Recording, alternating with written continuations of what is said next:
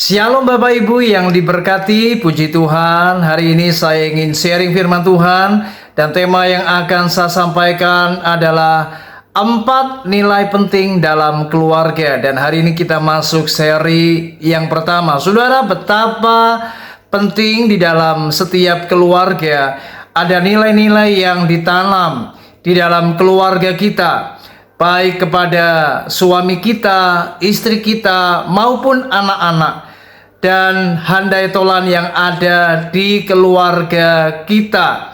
Nah, oleh sebab itu di hari ini saya akan di sharing pertama, poin yang penting yang harus ditanam di dalam keluarga, yaitu apa yang namanya kasih.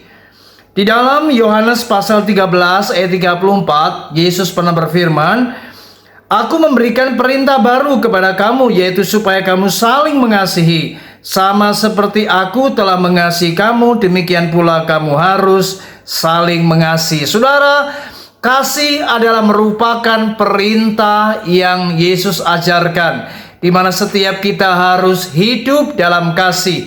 Dan kasih itu berasal dari Allah, sebab Allah itu adalah kasih. Betapa penting di dalam keluarga kita harus hidup di dalam kasih, dan kasih ini harus menjadi sebuah gaya hidup orang Kristen, harus menjadi gaya hidup bagi anak-anak Tuhan, baik di masyarakat maupun di pelayanan, bahkan di dalam keluarga. Nah, kita mendengar banyak keluarga yang retak, mereka mengalami konflik, mereka mengalami hal-hal yang membuat mereka kemudian saling membenci, saling menyakiti, saling menghakimi, dan itu menimbulkan luka. Mengapa demikian? Karena mereka tidak memahami apa yang namanya kasih. Betapa penting kasih ini harus ditanamkan sejak dari awal di dalam keluarga, sehingga mereka memahami bagaimana kita harus hidup dalam kasih, sehingga orang-orang yang hidup dalam kasih, mereka tidak akan hidup dalam tuntutan, tapi mereka mau belajar mengerti dan memahami. Itulah kasih, sehingga tidak melukai, tidak menyakiti, tidak egois, dan tidak menang sendiri. Mari di dalam keluarga tanamkan nilai ini kepada anak-anakmu, kepada istrimu, kepada suamimu, supaya kita saling mengasihi, dan kasih itu harus terwujud.